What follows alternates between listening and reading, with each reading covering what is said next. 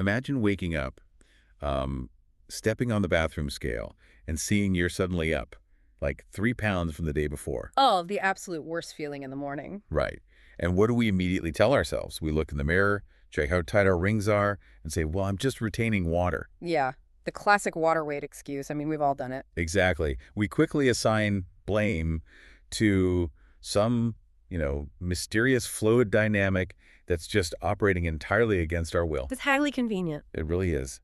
But welcome to today's deep dive, everyone, because today we are stripping away those convenient dietary illusions. We really are. We're getting into some highly practical, myth-busting territory today. Yeah, the mission today is to decode some of this complex medical jargon into just plain English. We want to help you, the listener, learn how to truly read your body's signals. And your lab results, right? Because people get so tripped up on the medical complexities. Oh, totally.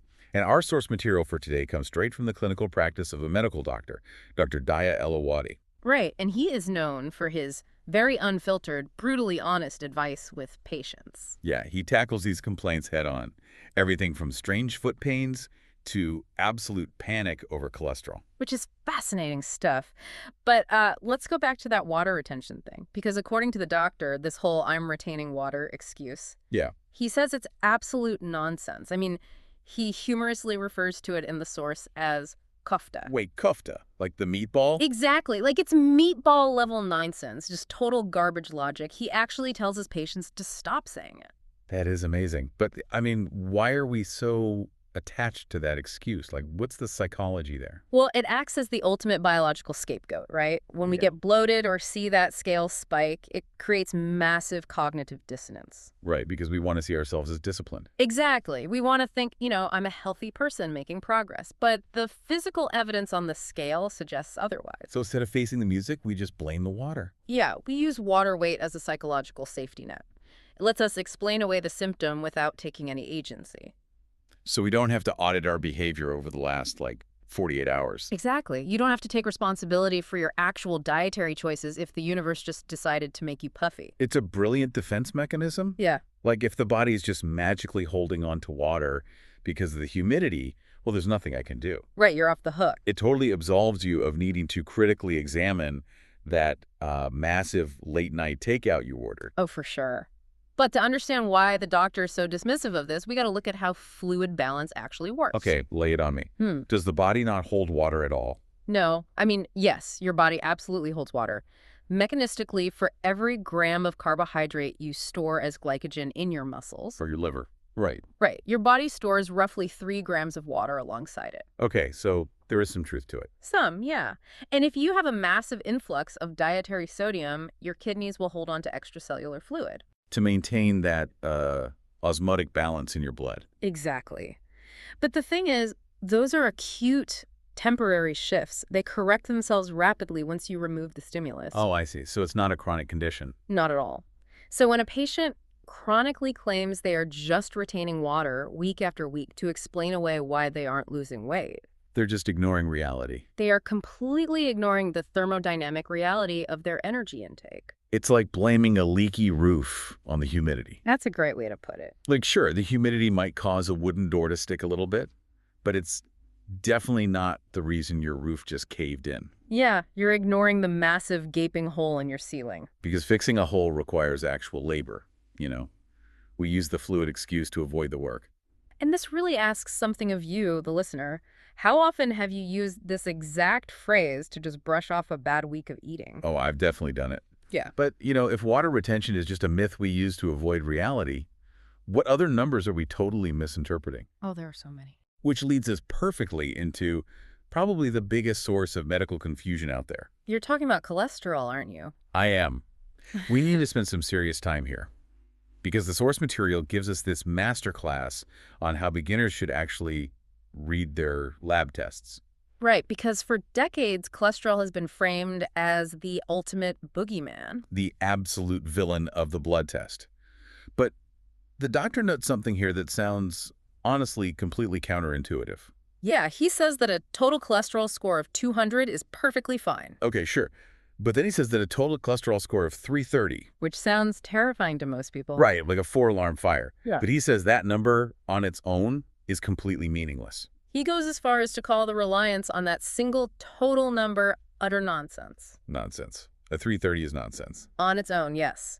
Because to understand the biochemistry here, we have to stop using the word cholesterol as a catch-all term. Okay, break that down for me. Well, total cholesterol isn't just one single substance floating around in your veins. It's a composite score. Like an umbrella term. Exactly. It lumps together several entirely different metabolic vehicles, primarily HDL, LDL, and VLDL. Okay, let's unpack those vehicles because I think a lot of people just see the acronyms and kind of tune out. Let's do it. So blood is mostly water. Right. And cholesterol and fats are lipids, which means they're hydrophobic. They repel water. Right. Oil and water don't mix. If you drop fat into a glass of water, it just floats at the top in this massive glob. Which would be catastrophic in your bloodstream. Yeah, so your body can't just dump raw cholesterol into your veins, or it would instantly cause a fatal blockage. Precisely. So the body has this elegant evolutionary solution. It wraps those hydrophobic lipids inside a water-loving protein shell. A hydrophilic shell. Yes, and that entire package is called a lipoprotein. Ah, hence the L in HDL and LDL. Exactly. Think of it like a tiny submarine designed to navigate the watery environment of your circulatory system. Carrying all that vital cargo of fats and cholesterol safely inside. You got it. Okay, so if we have these submarines, what makes them different from one another? Let's start with VLDL, since nobody ever talks about that one. Right. Very low-density lipoprotein. VLDL is essentially a massive cargo ship deployed straight from your liver. And what's its cargo? Well, its primary job isn't even to transport cholesterol. Its main cargo is triglycerides. And triglycerides are just stored energy. Right? Exactly. They are the primary form of energy storage in your body. Like the fat on our bodies. Exactly. When you eat more carbs or calories than you immediately need, your liver packages that excess energy into triglycerides, Loads them into the VLDL submarine. and sends them out to be stored in your adipose tissue, your fat cells.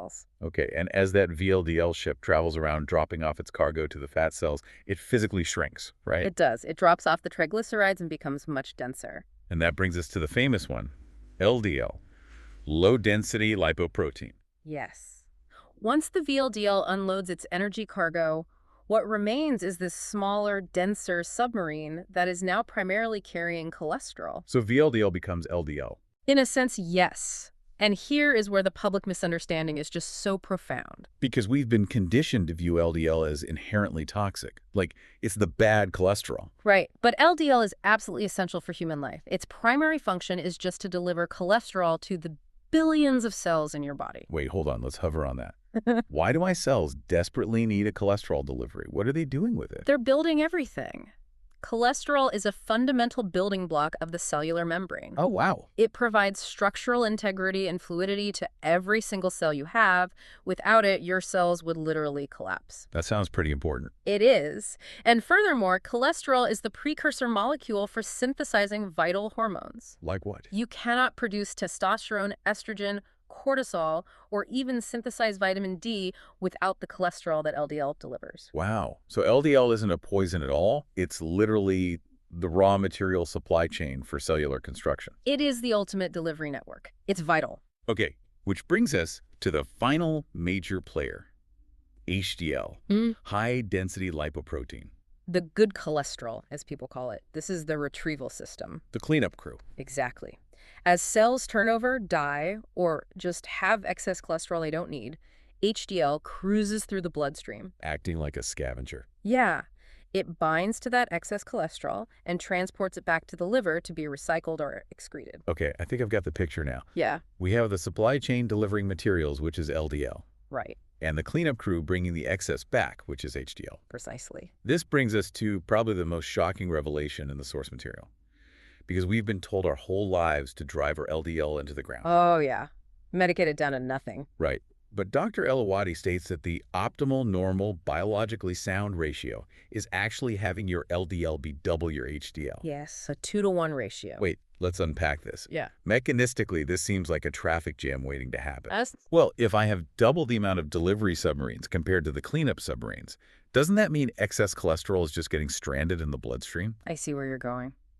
Why wouldn't we want a 1-to-1 ratio? Shouldn't I be panicking if my LDL is double? It's a really logical question, Yeah. but it assumes that the rate of delivery and the rate of cleanup need to be totally symmetrical. Which they don't. They don't. Okay. Think of a thriving, growing city. Okay. You are going to have significantly more trucks delivering fresh lumber, steel, and concrete to active construction sites, right? Because you're building stuff. Exactly. You're going to have way more of those delivery trucks than you have garbage trucks hauling away scrap. Oh, that makes perfect sense. The body is constantly repairing tissues, replacing cells, and generating hormones. The sheer biological demand for the raw materials is just higher than the volume of waste produced. So the cells actually consume the delivery. The LDL drops off its payload, and the cell utilizes it. It's not just sitting out in the street. Precisely. The receptor sites on your cells pull the LDL out of circulation. That completely flips the script. It does. The doctor is pointing out that this 2-to-1 synergy is a feature of a well-functioning metabolism. It's not a bug. The system requires that robust supply chain to function. Yes, and when you try to artificially suppress LDL below the biological requirement of your tissues, you aren't just clearing the roads. You are starving the construction sites. Exactly. You're depriving your body of what it needs to heal and produce hormones. Okay, so let's bring this back to the patient who looks at a lab report and sees a total cholesterol of 330. Right. The terrifying number. Based on what you're saying, they are just looking at the total volume of all traffic in the city combined. That's exactly it. A total score of 330 tells you absolutely nothing about the efficiency of the transport system. Because it doesn't break down the types of trucks. Exactly. Let's say your HDL is a very healthy 90. Okay, great cleanup crew. And your LDL is 180. Which perfectly fits the doctor's optimal 2-to-1 ratio. Yes. But your combined total, once you factor in VLDL and some other minor lipids, is going to look massively inflated. It will easily cross 300. But the engine is running perfectly. Wow. The engine is running with pristine efficiency. The delivery system is robust, the cleanup system is highly active, and the ratios are perfectly balanced. But a patient who doesn't understand this biochemistry, they look at that 330 and assume they're on the verge of a cardiac event. And then they immediately initiate a cascade of terrible decisions. Like what? What do they do? Well, they'll stop eating all dietary fat, which drives their vital hormone production into the ground. Man. They'll experience massive psychological stress, which spikes cortisol and actually damages the endothelium of their blood vessels. So the stress from the test result causes more damage than the cholesterol. Often, yes. And they will likely beg their doctor for medication they do not actually need. It's like looking at the total score of a basketball game, say a combined 220 points, and panicking because it's a big number, without realizing your own team scored 150 of those points and won the game easily. You're looking at the wrong dial on the dashboard. It really is a tragedy of medical communication. So what's the practical guide here for the listener? The takeaway is to fundamentally change how we interact with our own lab results. You don't just look at the bold red total number at the top of the page. You ignore the panic over the total. Yes. You look directly at the HDL, you look at the LDL, you calculate the relationship between them. And you use that specific data to have an honest conversation with your doctor. Exactly. A highly nuanced conversation about your actual metabolic state. Which, to be fair, requires a foundation of radical honesty with yourself. It really does. Because if we are misinterpreting our lab results out of fear, we are very often misreporting our daily habits out of shame. Oh, patients aren't always honest about their compliance. That's a clinical reality. Which is a perfect transition. Yeah. Because the source material pivots from the biochemistry of our blood to the behavioral reality of our daily diets. And it introduces us to a very relatable patient named Sama. Let's talk about Sama, because she represents this deeply frustrating scenario Yeah. that anyone who has ever dieted will recognize. She comes to the doctor completely exasperated, complaining that she hasn't lost a single pound in a month. She has hit a hard weight loss plateau. A brick wall. Now, if Sama went online and posted her problem on a fitness forum, she would be inundated with, incredibly complex theories. Oh, absolutely. The pseudoscience would be flying. People would tell her she damaged her metabolic rate, or she needs a highly specific reverse dieting protocol. Or that her cortisol is causing adrenal fatigue, or she needs to cycle her carbs based on the lunar calendar. Yes. We love to invent these complex biological mysteries to explain away a lack of progress. You do, because like we talked about with water retention, a complex mystery is a way to avoid agency. Right. If my metabolism is broken by some invisible force, the plateau isn't my fault. Exactly. But Dr. Al-Awadhi assesses Sama's situation, and his diagnosis is just brutally blunt. He doesn't order an extensive endocrine panel, does he? Nope. He doesn't hypothesize about adrenal fatigue either. He concludes, instantly and definitively, that she's simply not following the prescribed diet. He just calls it out. You're not following the diet, period. Period. And you might wonder, how does he know? Like, is it just clinical intuition? Is he just guessing because he's cynical? No, and this is where the interaction becomes a real masterclass in physical assessment. He has physical proof. He does. He relies on the body acting as an involuntary biological lie detector. He points directly to her face and says, "You have dark circles under your eyes." Wait, really dark circles? Yes. According to his clinical methodology, if a patient is strictly adhering to a proper nutrient-dense dietary system, those dark circles simply do not exist. Okay, I want to dig into the physiology of this, because that sounds wild. How does cheating on your diet manifest as shadows under your eyes? It comes down to vascular health and systemic stress. Okay. The periorbital skin, the skin directly under your eyes, is actually the thinnest skin on the human body. Oh, wow. I didn't know that. Yeah, it has very little subcutaneous fat to obscure the blood vessels beneath it. So anything happening in those vessels is super visible. Exactly. So when you are eating outside of a clean dietary system like consuming highly processed foods, excess sugars, or inflammatory seed oils. You trigger physiological cascades. Right. And I imagine blood sugar spikes play a massive role here. Huge.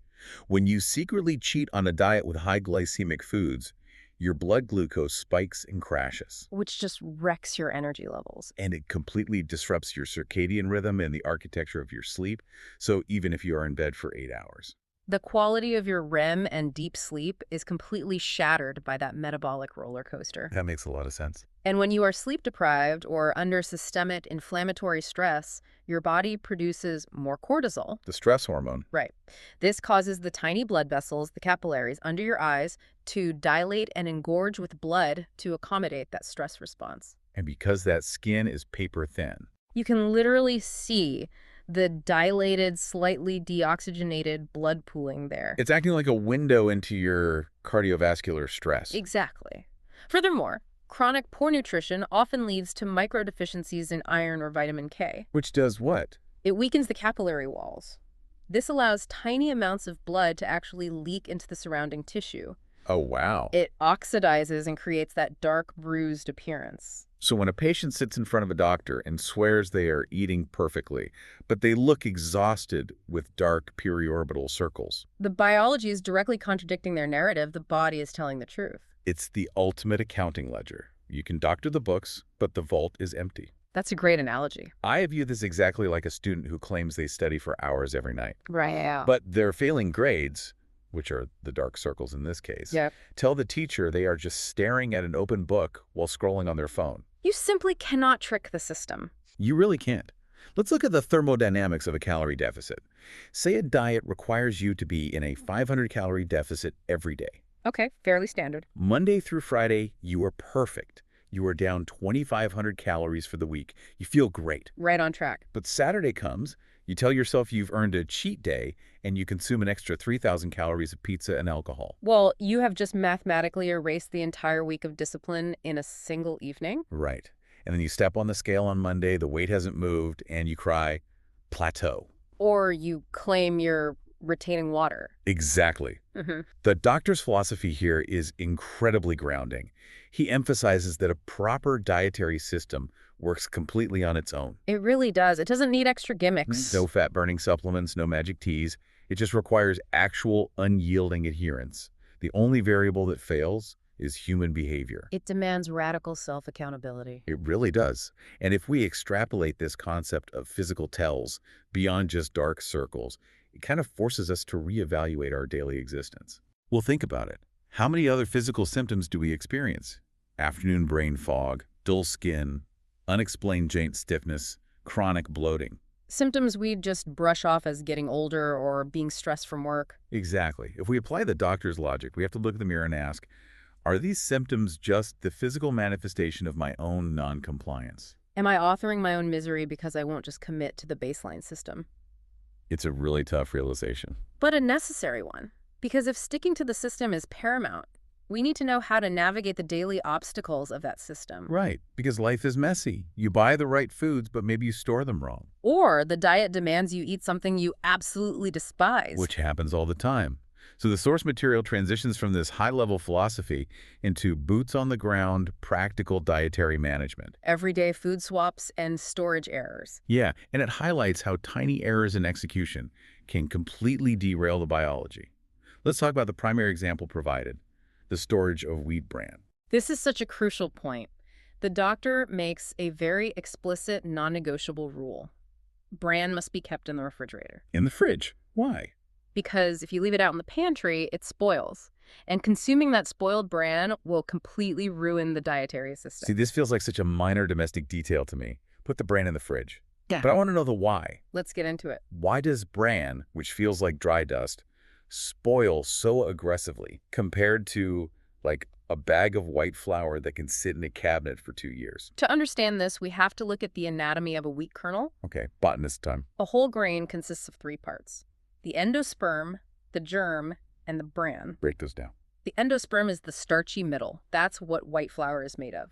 It has almost no nutritional value other than pure energy, but it is highly stable. Hence why it lasts forever in the pantry. Right. Then you have the germ, which is the embryo of the seed. That part is packed with vitamins and, crucially, polyunsaturated fats. Fats. Okay, I see where this is going. And finally, the bran. The bran is the hard, protective outer shell, which is almost entirely insoluble fiber. So when they mill the grain to isolate just the bran for, dietary fiber. They can never perfectly separate it. Commercial wheat bran always retains trace amounts of the germ. Meaning it retains those volatile oils. Yes. Polyunsaturated fats are highly unstable when they are exposed to oxygen, light, and room temperature heat. Like sitting on a kitchen counter. Exactly. These lipids undergo a process called lipid peroxidation. They go rancid rapidly. So if I leave my bag of healthy bran on the counter for 2 weeks, those trace oils are literally mutating into rancid fats. They are. What happens mechanistically inside my body when I eat that? Well, you think you are doing something healthy, right? Consuming dietary fiber to aid digestion. Yeah, eating my healthy bran. But you are actually introducing oxidized lipids directly into your gastrointestinal tract. That sounds terrible. It is. These rancid fats create massive oxidative stress. They trigger an inflammatory cascade in your gut lining. And they actively disrupt the delicate balance of your gut microbiome, killing off beneficial bacteria and promoting pathogenic strains. So instead of acting like a broom to clean up my system, the oxidized bran acts like a biological irritant. Yes. It causes bloating, inflammation, and halts any metabolic progress you are making. That is wild. Doing the diet 90% right by buying the bran results in a 100% failure because of a 10% error in storage. Exactly. The details matter immensely. And this level of precision extends to the food choices themselves. Right, because the doctor notes another massive error patients make with food swaps. Oh, the wheat germ swap. Yes. Patients go to the health food store, see various powders, and decide to substitute wheat germ for wheat bran. Assuming it's all just, healthy plant matter. But the doctor explicitly states this is a critical mistake. It is absolutely not a substitute. Right, because as we just discussed, they fundamentally operate differently inside the body. Swapping germ for bran is like trying to build a fireproof wall out of kindling just because both materials come from trees. That's a perfect way to look at it. You are swapping a non-caloric, insoluble fiber designed to regulate digestion for a calorie-dense, fat-rich embryo that will completely blow up your daily macronutrient targets. It totally demonstrates the danger of assuming all health foods are interchangeable. You cannot negotiate with the biochemical properties of the food. Which brings up another massive hurdle. What do you do when you simply hate the taste of the required food? Dietary fatigue. This is where diets go to die. Truly. The doctor mentions a patient and points out that his own mother had this exact same complaint, who absolutely hated eating the dry diet toast prescribed in the system. It's a profound psychological barrier. If you inherently resent the food you're eating, your willpower will eventually erode. And you'll revert back to old habits. Definitely. So how does the doctor handle this? Because in the modern wellness industry, if you hate bread, a nutritionist will try to sell you some highly engineered $14 loaf of keto-friendly almond flour chemical cloud bread. Oh, for sure. We are obsessed with finding complex hacks to avoid discomfort. What is Dr. Al-Awadhi's solution to the toast problem? His solution is aggressively practical and completely devoid of marketing. If you hate the toast, eat rice and soup. Just rice and soup. Yes. He states, I alternate between rice and toast.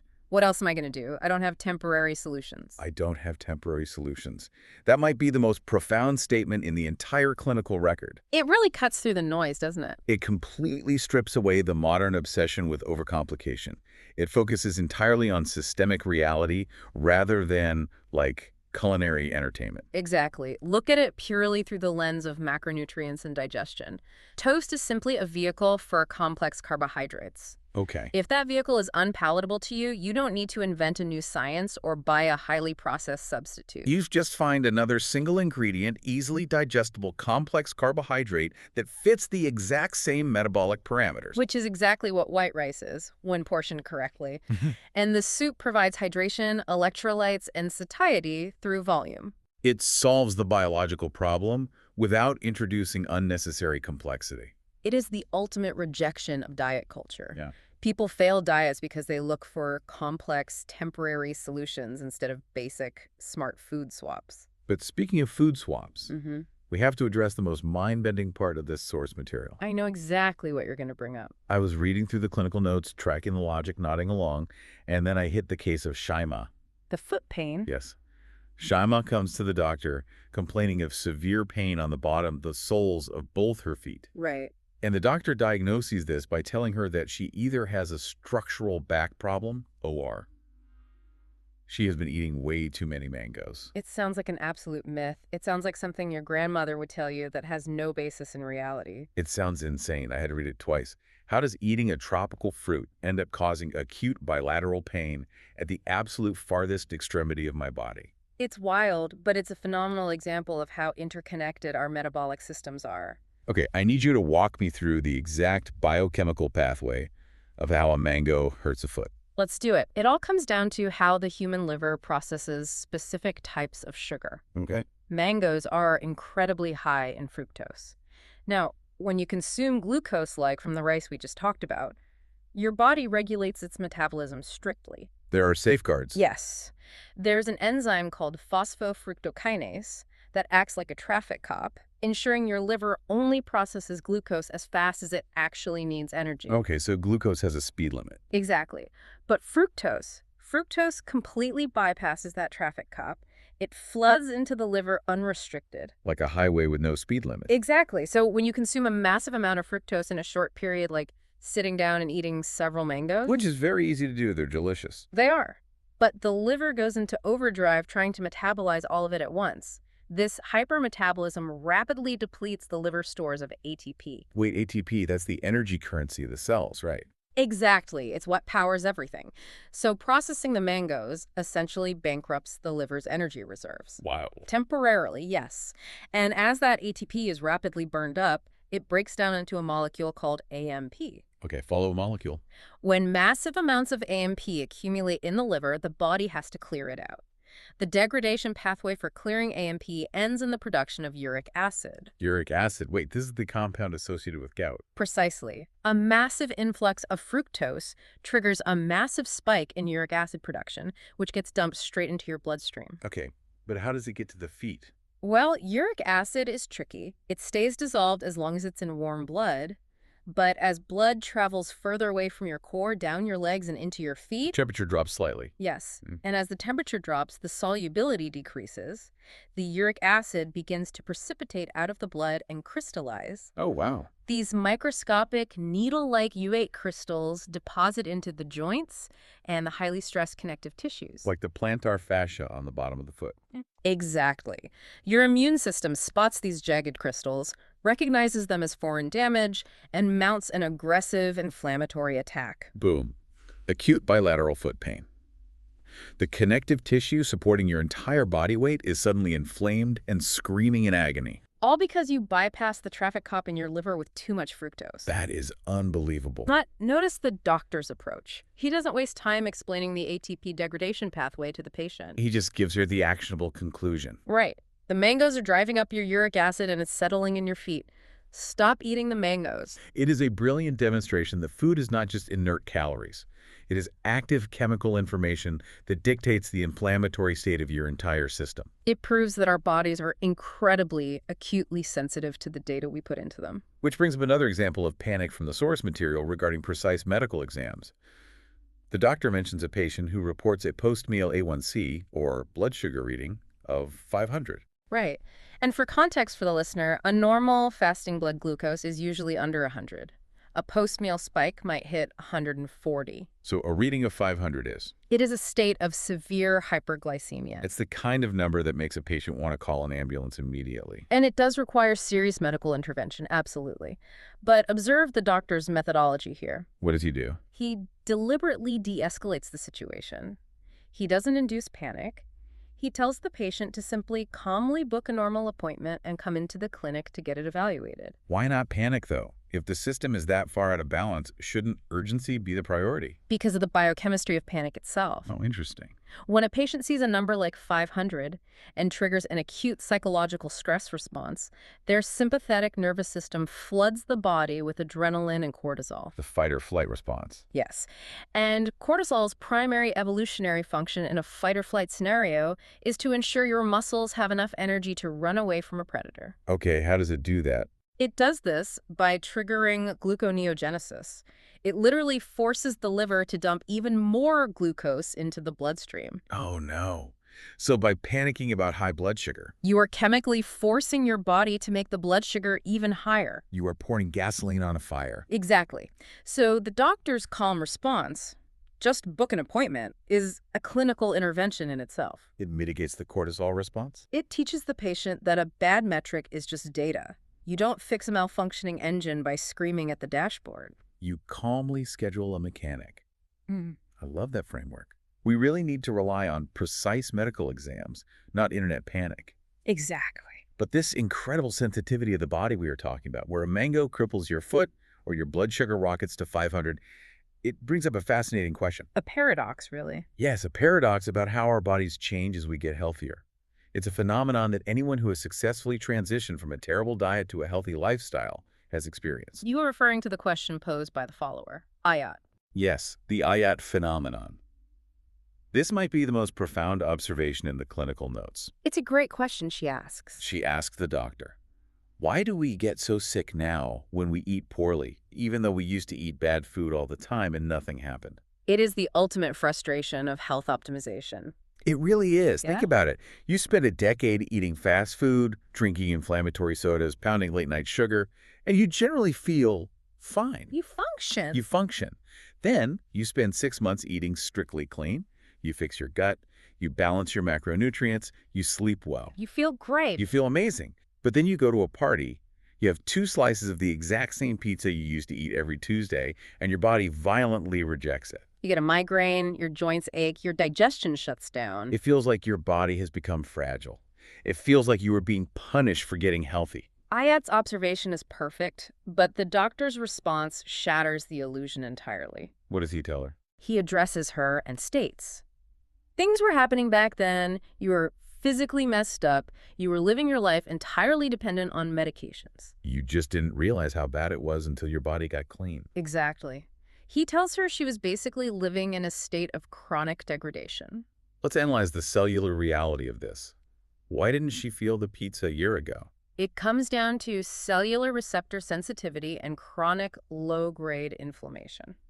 Okay, walk me through it. When you flood your body with toxic, processed, hyperpalatable foods every single day, the body's alarm systems are constantly blaring. Because it's under constant attack. Right. And to protect your brain and your tissues from that constant overwhelming stimulus, your body downregulates its receptor sensitivity. It numbs itself just to survive. Exactly. The gut lining becomes chronically inflamed, the insulin receptors become resistant, and your baseline state of existence is just mildly terrible. But because it's constant. The brain interprets terrible as the new normal. As the doctor points out, you rely on daily antacids for heartburn, daily ibuprofen for headaches, and daily caffeine just to keep your eyes open. You don't register a new influx of junk food because the system is already at maximum capacity for inflammation. I picture it like wearing industrial noise cancellation earplugs. Okay, I like this. If you are standing in the middle of a massive, loud factory floor wearing those earplugs for years, you could barely hear the machinery. You think it's relatively quiet. Right, you're numb to it. If someone drops a wrench next to you, you don't even flinch. But then you leave the factory. You go sit in a perfectly silent, serene room for 6 months. You get healthy. Exactly. You Yeah. take the earplugs out. Your hearing regains its acute, natural sensitivity. Now, what happens if someone drops a heavy metal wrench on a tile floor right next to you? It is deafening. It triggers an immediate, massive startle response. Exactly. It's a shock to the system. When Ayad, or anyone, adopts a clean, healthy system, their body finally heals. The inflammation subsides, the gut lining repairs its tight junctions, the cellular receptors upregulate. The earplugs are out. Right. So when she suddenly introduces a massive dose of processed industrial oils and refined sugar, The dropped wrench. her highly functioning, acutely sensitive immune and digestive systems immediately sound the alarm. It registers the bad food as the biological threat it truly is. Yes. The illness you feel after a cheat meal isn't a punishment for getting healthy. It is your immune system finally being awake and strong enough to communicate its distress clearly. The body isn't fragile. It is finally functioning properly, warning you to stop ingesting poison. Reframing that experience changes everything. It's not, I'm so sensitive now, my life is ruined. It's my body is finally clean enough to tell me the truth about what this food actually is. And arriving at that realization requires an immense amount of trust in the biological process. It really does. And more importantly, a trust in qualified medical authority to guide you through the discomfort of that transition. Which brings us to a strict boundary Dr. Al-Awadhi sets in his practice regarding where patients should actually get their information. Yes, he draws a very hard line here. He explicitly states that he refuses to debate nutritionists, wellness coaches, or self-proclaimed obesity experts on television. He won't do it. No, he says that the day he does a debate, he will only do it with other credentialed medical doctors. Why is that such a firm rule? Because it's a vital lesson in the epistemology of health information. We live in an era governed by social media algorithms, right? Oh, absolutely. Anyone with a ring light, a microphone, and a decent physique can brand themselves as an authority on human nutrition. But there is a vast, unbridgeable chasm between an influencer who understands basic caloric math and a medical doctor who understands the intricate biochemical pathways. Like the fructose to uric acid cascade we just discussed. Exactly. Yeah. Those pathways govern systemic pathology. He is actively protecting the integrity of the medical consensus. Because when a credentialed doctor agrees to debate an influencer on a public platform, it creates a false equivalence. It does. It tells the viewer there are two equally valid sides to this argument. When in reality, one side has spent a decade studying cellular biology, and the other side is just trying to sell you a proprietary fat-burning supplement. Exactly. It validates the misinformation just by sharing the stage with it. You must guard your health by setting a strict filter on who you allow to influence your decisions. The doctor's refusal isn't arrogance. It is a standard of medical care. But he does understand the necessity of public education, right? He will engage with the media when he can control the message and speak directly to the public. Yeah, the source material details a recent appearance he made on a television program. On the Al Shams channel. Right. He mentions he was invited, showed up, and engaged with a new host, a former actress named Diaa Al-Awadhi. And he notes that he delivered a highly effective rapid-fire session. He knocked it out of the park. But the interesting part is the aftermath of that interview. Yeah, he admits that communicating at that level of intensity, trying to distill complex medical truths into digestible public information, completely exhausted him. He was so physically drained that he actually had to cancel his own scheduled live stream with his patients. It really humanizes the reality of being a medical professional in the information age. It takes a massive amount of cognitive and physical energy to constantly push back against the tide of popular misinformation. Just think about everything we covered today. To tell people that their water retention is an excuse. To explain why their cholesterol panic is mathematically flawed. To convince them to just eat rice and soup instead of engineered diet foods. It is exhausting work to advocate for biological reality. It is the heavy lifting of real medicine. Well, as we wrap up this deep dive into the profound mechanics of our metabolism, the numbers that govern our panic, and the hard truths we need to confront in the mirror, let's quickly synthesize the journey we've just taken. We've fundamentally deconstructed how we interact with our own biology today. We absolutely have. We started by dismantling the ultimate psychological safety net, the myth of water retention. We learned that the sudden spike on the scale isn't an invisible fluid dynamic out to get us. It's just the thermodynamic reality of our choices catching up. And then we decoded the complex supply chain of cholesterol, realizing that the terrifying total number is just meaningless traffic volume. And that a healthy system actually requires your LDL delivery trucks to outnumber your HDL cleanup crew. Right. We expose the biological lie detector of weight loss plateaus. The body keeps a perfect ledger, and those dark circles under our eyes are the physical receipts of hidden noncompliance. Driven by cortisol and disrupted sleep, we learn the intricate biochemistry of why our food choices matter, how oxidized lipids and improperly stored bran can destroy our gut, And how the liver's processing of fructose in a mango can trigger a cascade that crystallizes uric acid right in the soles of our feet. we learn the beauty of simplicity. When dietary fatigue sets in, you don't need a complex hack. You just need to swap the toast for rice and soup. And finally, we explored the IOT phenomenon. Understanding that the violent illness we feel when we eat junk food after getting healthy isn't a weakness.